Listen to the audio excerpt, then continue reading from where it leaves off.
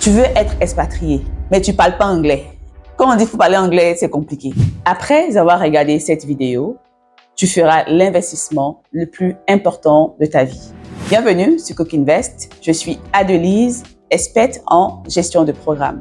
Sur cette chaîne, je te partage des astuces, des conseils, mon expertise et mon expérience pour t'aider à améliorer ta carrière, mais surtout à devenir la meilleure version de toi-même. Installe-toi bien et on démarre.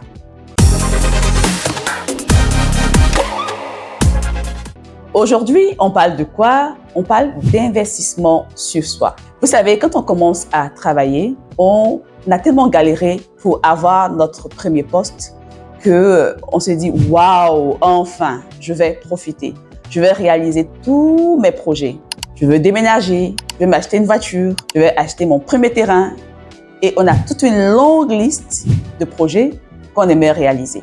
On se dit « Je vais commencer par épargner petit à petit pour m'aider à réaliser mes projets. » Mais on verra rarement dans la liste de projets l'investissement sur soi-même. Parce que ce sont vos compétences qui vous aident aujourd'hui à avoir ce salaire ou ces revenus. Mais dans tous nos projets, rarement on pense à investir sur soi-même. Qu'est-ce que je peux faire comme formation? Quel type de certificat je pourrais faire pour améliorer ma carrière, pour avoir une promotion, ce qui m'aidera à augmenter mes revenus. On a plusieurs groupes. Il y a ceux-là qui veulent déménager dès qu'ils commencent à avoir un revenu. Ils estiment que oui, j'ai trop souffert, là où je vis, je ne suis pas à l'aise, peut-être je vis en famille ou je vis avec des amis, donc j'ai vraiment envie d'avoir mon chez-moi, d'avoir mon confort. Et ils sont pressés de déménager, de quitter là où ils vivent en ce moment pour aller vers un autre logement. C'est noble comme projet, mais la réalité est que un déménagement demande des fonds. Et c'est pas que la caution.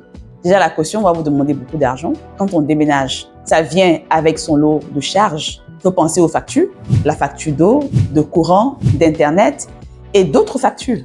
Donc, c'est pas juste le loyer que vous allez payer, mais c'est l'ensemble. Et rares sont les personnes qui déménagent pour un même loyer. Non. En général, lorsqu'on déménage parce qu'on veut un cadre meilleur. On veut des conditions de vie qui se sont améliorées. Donc, on va quitter un loyer, le loyer que nous avons aujourd'hui, pour aller vers un loyer qui est beaucoup plus élevé. Ça veut dire que vous allez mettre encore plus d'argent dans votre loyer pour être à l'aise. Et c'est trop tôt de le faire lorsque vous commencez à avoir vos premières épargnes. Il y a un autre groupe qui veulent acheter une voiture. Non, j'habite trop loin de mon travail, je fournis trop d'efforts pour arriver au travail, je passe trop de temps dans l'attente du bus ou du véhicule qui m'amène au travail et donc ça me prend trop de temps. Ensuite, il y a les embouteillages, donc je vais avoir une voiture, ça va m'aider à être beaucoup plus mobile et à arriver plus tôt au travail. C'est noble comme projet. Mais installez-vous bien. Est-ce que vous savez que avoir une voiture, c'est l'équivalent d'avoir un enfant? Parce qu'une voiture, ça s'entretient. Il faut acheter le carburant, réparer les pannes. Il faut faire les maintenances. Et à chaque fois que la voiture a un bobo, il faut débourser de l'argent. Donc, c'est comme un enfant dont vous prenez soin chaque jour. Alors, si vous n'avez pas une bonne assise, ça ne sert à rien de vous lancer dans un projet d'achat de véhicule quand vous commencez à travailler. Donc, continuez à prendre votre bus. Continuez, continuez, parce que vous allez vous créer des maux de tête à n'en point fini. Sauf si c'est votre entreprise qui vous met à disposition un véhicule. C'est une chance. Mais si ce n'est pas le cas et que c'est à vous de prendre l'argent dans votre épargne durement gagné pour aller acheter une voiture qui va vous créer plus de charges que de biens, ça ne sert à rien. Autant prendre votre temps, aller petit à petit, être surtout humble parce que c'est l'humilité qui nous manque. On veut montrer à tout le monde qu'aujourd'hui, on a un gros salaire, on est devenu cadre, donc on veut montrer qui nous sommes au quartier. Ça ne sert à rien. Vous allez vous faire mal, vous allez vous cogner la tête. Donc, soyons humbles et allez-y petit à petit avec les projets qui sont vraiment pas trop budgétivores, qui vous permettent d'aller tout doucement vers l'atteinte de vos différents objectifs. Il y a un autre groupe. Eux, ils sont champions dans l'investissement immobilier, surtout en Afrique. Il y a trop de pression sur les jeunes. Dès qu'un jeune commence à travailler, le premier conseil qu'on lui donne ou que la famille lui donne, oui, maintenant tu gagnes de l'argent, tu dois commencer à investir. Il faut acheter ton premier terrain. Ah oui, oui, oui, il ne faut pas perdre le temps, il faut commencer à penser à ça. Oui, c'est bien d'acheter un terrain. Mais ta petite épargne de 5 000 € ou 10 000 €, ou peut-être, on va dire, 5 millions de francs CFA, peut acheter quel terrain? C'est un terrain qui est loin, dans une zone qui n'est même pas viabilisée. Il n'y a ni eau, ni courant. Donc, tu ne peux même pas aller habiter dans cette zone aujourd'hui. Il faudra attendre plus de 5 ans, souvent même 10 ans. Et on sait comment, en Afrique, la viabilisation des zones, ça prend du temps. Ce n'est pas quelque chose qui se fait en un claquement de doigts, non.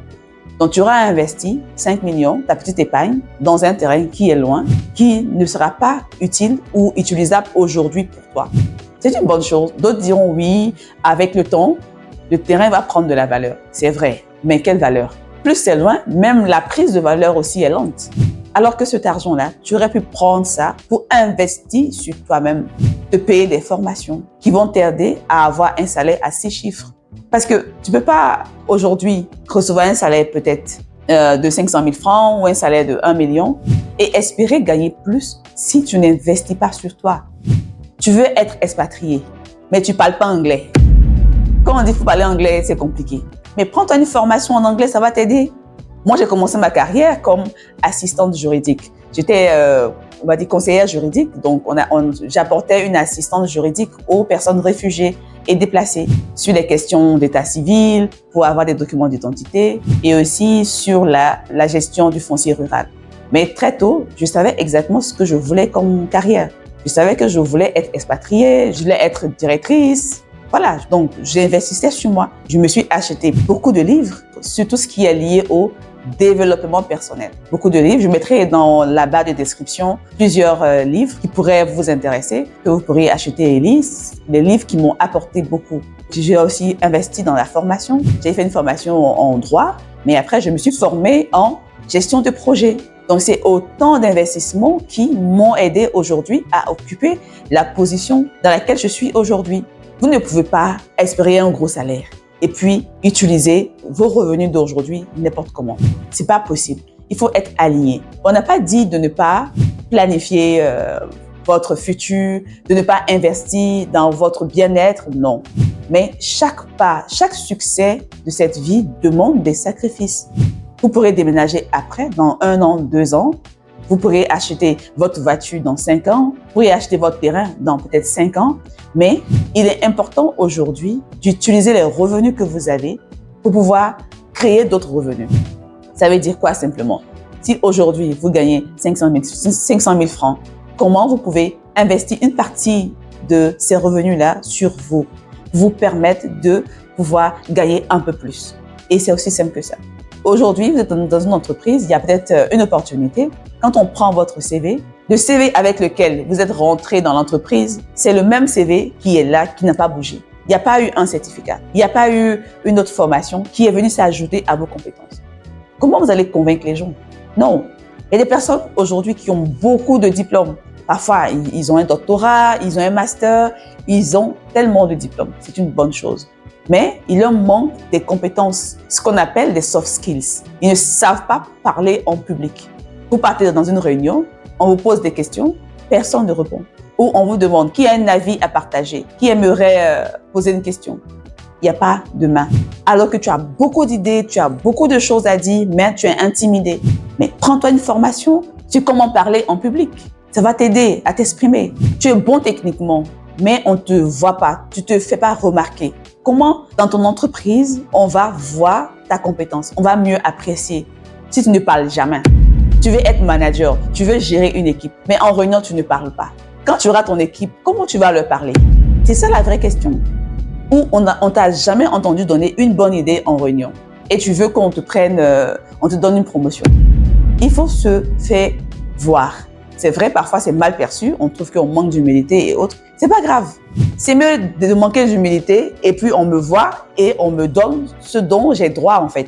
C'est mieux que de rester dans mon coin, jouer la carte, je suis humble, je ne parle pas, j'ai pas envie de froisser les gens. Non, non, non, investissez en vous. Regardez autour de vous, posez des questions. Qu'est-ce que les gens pensent de vous? Qu'est-ce que vous devez améliorer? Ils vont vous dire la vérité.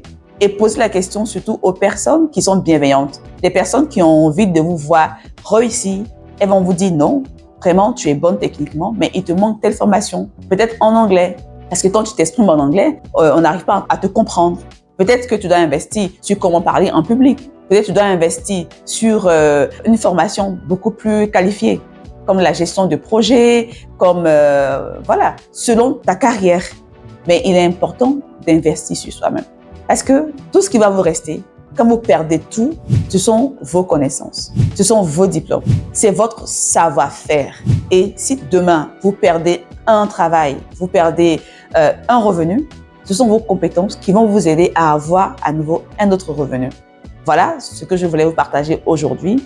Ne négligez pas l'investissement sur soi. Vous avez un budget où vous payez votre loyer, vos repas, l'éducation de vos enfants, etc. Mettez-vous aussi en priorité. Investissez sur vous-même. Investissez sur vous-même. Parce que pour devenir la meilleure version de soi-même, ça passe par l'investissement sur soi. Merci de m'avoir suivi. Abonnez-vous pour ne pas rater les prochaines vidéos et on se retrouve dans les commentaires. N'hésitez pas à mettre en commentaire si vous avez des sujets qui vous intéressent, que vous voulez que j'aborde sur cette chaîne. Merci beaucoup et à la semaine prochaine pour une nouvelle vidéo.